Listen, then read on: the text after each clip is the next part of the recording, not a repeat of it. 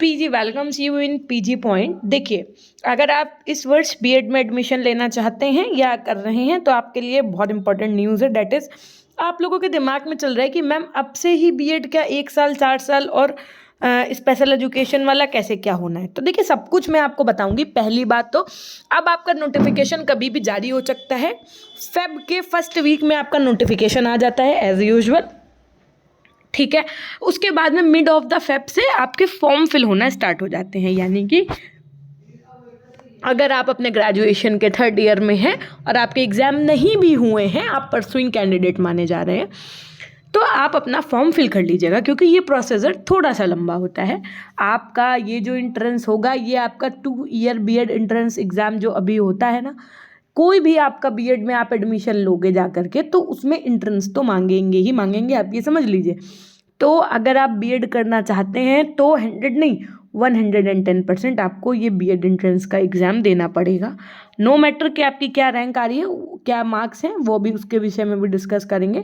UP BEd जे entrance exam आपको देना पड़ेगा। एनईपी 2020 के अकॉर्डिंग आपको पता है कि अगर आप पोस्ट ग्रेजुएट स्टूडेंट हैं तो आपको बीएड 1 साल का, 12th के बात कर रहे हैं तो 4 ईयर का, और ग्रेजुएशन के बात कर रहे हैं तो 2 ईयर का। ऐसा कुछ सिनेरियो है, लेकिन ये लागू अभी नहीं हुआ है। केवल कुछ यूनिवर्सिटीज़ ऐसी हैं, फ्यू भी कह सकती हूँ मैं, जहाँ पर ये चीज़ें लागू होनी है। तो ये एनईपी 2020 के अकॉर्डिंग लागू होना है, लेकिन उससे पहले इनका करिकुलम एंड ऑल सब डिसाइड होना चाहिए। हालांकि 2030 के बाद ये प्रक्रिया हर जगह लागू हो जाएगी, बट ये अभी लागू नहीं हुआ है। तो जहाँ पर ये लागू नहीं हुआ है, जैसे कि अपने आसपास की यूनिवर्सिटीज़ आप ले लीजिए, तो आपका बीएड तो आप कर ही लोगे, तो 2 ईयर वाला बीएड आपका अभी एज यूजुअल चलता रहेगा। बस है क्या कि जहाँ पर पहले ईयरली प्रणाली थी, वहाँ पर अब सेमेस्टर प्रणाली लागू हो गई है ना। तो अब पहले जैसे साल में 1 बार पेपर होता था, तो अब साल में 2 बार पेपर होते हैं, यानी कि 2 साल में आपको 4 सेमेस्टर एग्ज़ाम देना होगा, फिर चाहे वो CSJMU हो या आपकी लखनऊ यूनिवर्सिटी ही क्यों ना हो। डिटेल्ड नोटिफिकेशन आपको देखने को मिलेगा। एग्ज़ाम फॉर्म आप लोगों को लगभग 25 दिन का समय मिलता है एग्ज़ाम फॉर्म फिल करने का।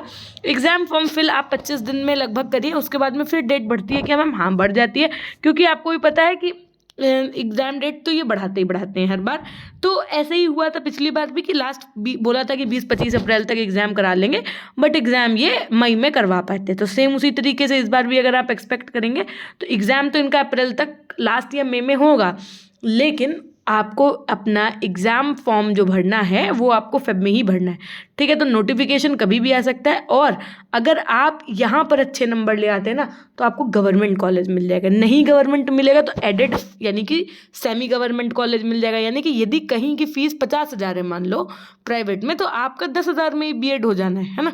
तो ये आप समझ लीजिए कि बहुत बेनिफिट होता है अगर आप एंट्रेंस एग्ज़ाम में बहुत अच्छे मार्क्स ले आते हैं, ठीक है। उसमें क्या होता है, मेरिट होती है, मेरिट के अकॉर्डिंग आपकी राउंड 1, 2, 3 जितने मार्क्स होंगे उस हिसाब से मेरिट जाती है। जनरल वालों की, SC ST वालों की अलग जाएगी। उसके अलावा होता क्या है कि जो गवर्नमेंट सीट्स होती हैं वो लगभग 10,000 के आसपास होती हैं, ठीक। तो बहुत आसान होता है कि अगर आप बहुत ज़्यादा पढ़ के अच्छे नंबर ला सकते हैं। इसका एग्ज़ाम पैटर्न क्या होगा इसका वीडियो मैं बनाऊंगी, लेकिन आप ये अगर सोच रहे हैं कि अगर हमको ये वाला बीएड करना है तो हमको इंट्रेंस नहीं देना पड़ेगा या हमको बिना इंट्रेंस के एडमिशन हो जाएगा, तो हम आपको पहले ही अवगत करा देना चाहेंगे कि बिना यूपी बीएड इंट्रेंस एग्ज़ाम दिए आप बीएड का जो है नहीं बैठ सकते हैं। चक्षु पब्लिकेशन के लिए आपके लिए यूपी बीएड एंट्रेंस की तैयारी करने के लिए सबसे अच्छी आपके पास ये स्टडी गाइड बुक है। इस स्टडी गाइड बुक की खास बात यह है कि इसमें 2700 से ज़्यादा महत्वपूर्ण प्रश्न है, साथ में 7 आपके सॉल्व पेपर्स हैं 2017 से लेकर के 23 तक, और संपूर्ण थ्योरी के साथ में है। उसके बाद में आप इनका कंटेंट देख सकते हैं। सबसे पहले इन्होंने कुछ इस प्रकार से प्रीवियस ईयर पेपर दे रखे हैं, फिर सेक्शन वाइज चीज़ों को डिवाइड करके उसका पूरा कंटेंट दे रखा है। प्रैक्टिस क्वेश्चंस भी गिवन है। सेक्शन ए का कंटेंट कुछ इस प्रकार से है कि 1 लीनियर टाइप, ताकि क्वेश्चंस बने और आपके माइंड में तुरंत क्लिक हो। One of the most important चीज़ ये है कि इसके जो आंसर्स हैं वो व्याख्यात्मक हल के साथ में, यानी किसी उत्तर, अगर कोई उत्तर ए है तो वो ए क्यों है इसका भी वर्णन है। मार्केट में चक्षु पब्लिकेशन के आपके अन्य प्रैक्टिस सेट भी प्रेजेंट है, आप ये भी ले सकते हैं। अभी मैंने आपको जो स्टडी गाइड बुक दिखाई वो तो आप ले सकते हैं, साथ में प्रैक्टिस सेट भी ले सकते हैं अपनी अच्छी प्रिपरेशन के लिए। लिंक आपको डिस्क्रिप्शन बॉक्स में मिल जाएगा और मार्केट में भी अवेलेबल है। अभी तक कुछ साल पहले बीएड का एग्ज़ाम जो है एंट्रेंस एग्ज़ाम, इसको करवाने का टेंडर जो है लखनऊ यूनिवर्सिटी के पास भी रहा है।